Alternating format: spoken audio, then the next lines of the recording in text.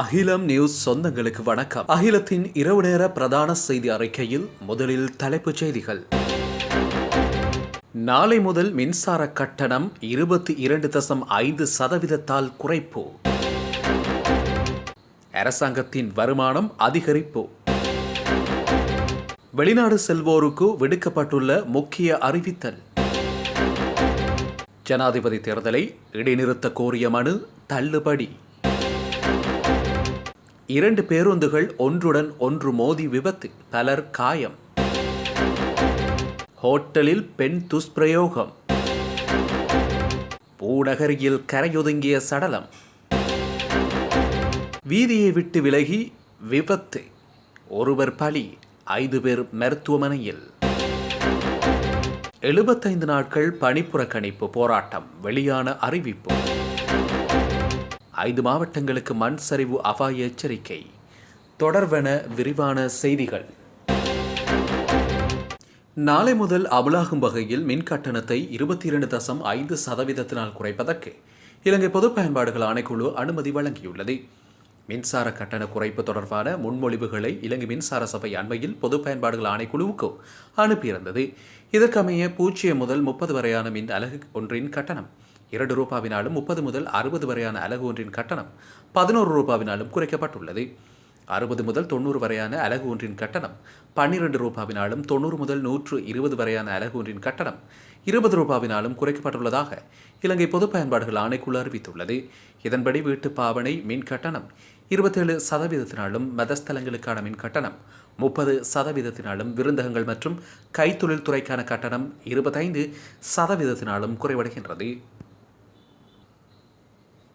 2023 ஆண்டு முதல் 4 மாதத்தில் அரசாங்கத்திற்கு கிடைத்துள்ள வருமானத்தோடு ஒப்பிடுகையில் இந்த வருடத்தின் முதல் 4 மாதங்களில் அரசாங்கத்தின் வருமானம் 43.3% அதிகரித்துள்ளதாக நிதியமைச்சு தெரிவித்துள்ளது. 2023 ஆண்டு முதல் 4 மாதத்தில் அரசாங்கத்திற்கு கிடைத்த வருமானம் 821.3 பில்லியன் ரூபாய் என்றும், அதனோடு ஒப்பிடுகையில் இந்த வருடத்தின் முதல் 4 மாதத்தில் அரசாங்கத்தின் வருமானம் ரூபாய் 1218.1 பில்லியனாக அதிகரித்துள்ளதாகவும் நிதியமைச்சு குறிப்பிட்டுள்ளது.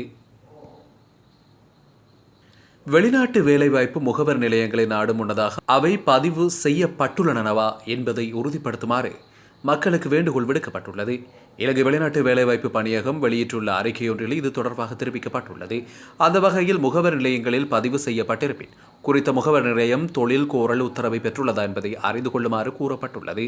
மேலும் 1989 என்ற துரித தொலைபேசி இலக்கத்திற்கு அழைப்பு ஏற்படுத்தியும் பணியகத்தின் உத்தியோகபூர்வ இணையதளம் ஊடாகவும் குறித்த தகவல்களை பெற்றுக்கொள்ளுமாறு இலங்கை வெளிநாட்டு வேலைவாய்ப்பு பணியகம் அறிவுறுத்தியுள்ளமை குறிப்பிடத்தக்கது. ஜனாதிபதி தேர்தலை இடைநிறுத்துமாறு கோரி தாக்கல் செய்யப்பட்ட மனுவை தள்ளுபடி செய்து உயர்நீதிமன்றம் உத்தரவிட்டுள்ளது.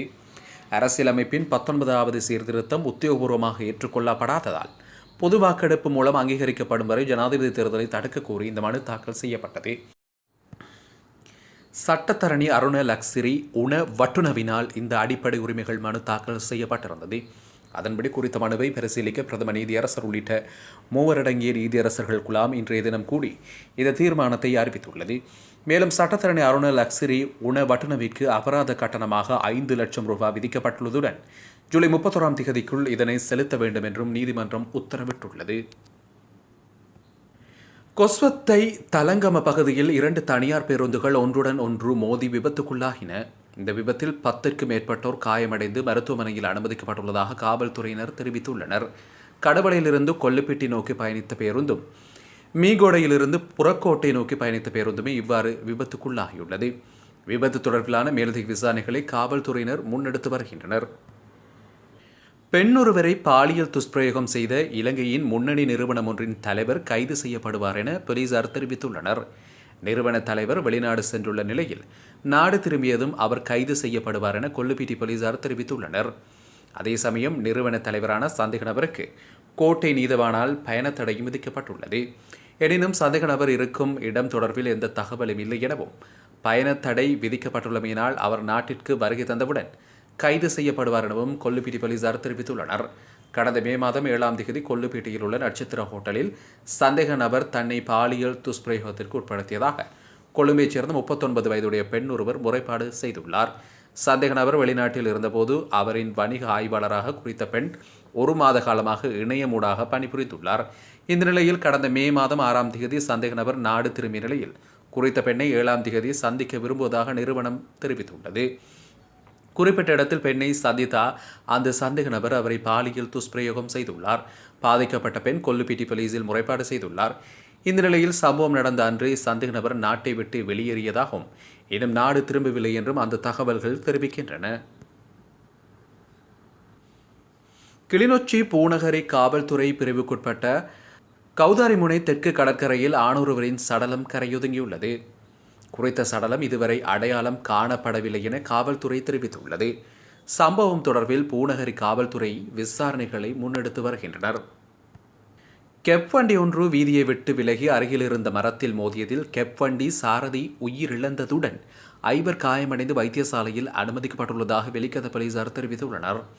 புலனறுவை வெலிகந்த சிங்கப்புர பகுதியில் இந்த விபத்து இன்று திங்கட்கிழமை இடம்பெற்றுள்ளது. விபத்துக்குள்ளான கெப் வண்டியில் 6 பேர் பயணித்துள்ளனர். விபத்தில் கெப் வண்டி சாரதி உயிரிழந்ததுடன் ஏனைய 5 காயமடைந்து புலனறுவை பொது வைத்தியசாலையில் அனுமதிக்கப்பட்டுள்ளனர். உயிரிழந்த சாரதி சூரியவ சிங்கப்புரவைச் சேர்ந்த 54 வயதுடையவர் ஆவார். காயமடைந்தவர்கள் 21 முதல் 25 வயதுக்கு இடைப்பட்டவர்கள் எனவும் அவர்கள் வெலிகந்த சூரியவ பிரதேசத்தைச் சேர்ந்தவர்கள் எனவும் போலீசார் தெரிவித்துள்ளனர். நீதிமன்ற வழக்கு ஒன்றுக்காக புலனறுவை நோக்கி பயணித்த போதே விபத்துக்குள்ளாகியுள்ளமை போலீசார் விசாரணைகளில் தெரியவந்துள்ளது. பல்கலைக்கழக கல்விசாரா ஊழியர் சங்கத்தினால் முன்னெடுக்கப்பட்ட பணிப்புறக்கணிப்பு போராட்டத்தை இன்று முதல் இடைநிறுத்துவதற்கு தீர்மானிக்கப்பட்டுள்ளது.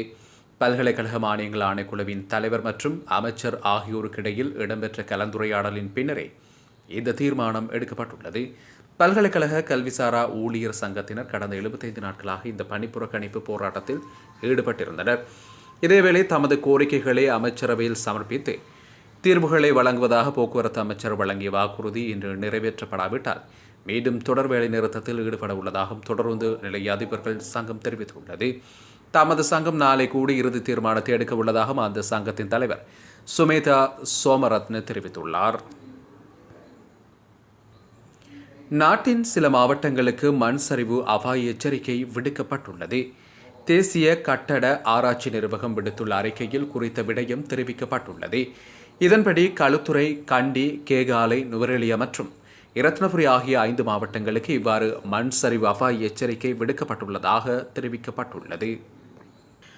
மட்டக்களப்பு மாவட்ட வேலையற்ற பட்டதாரிகள் 12வது நாளாகவும் இன்றைய தினம் கவனஈர்ப்பு போராட்டத்தினை முன்னெடுத்துள்ளனர்.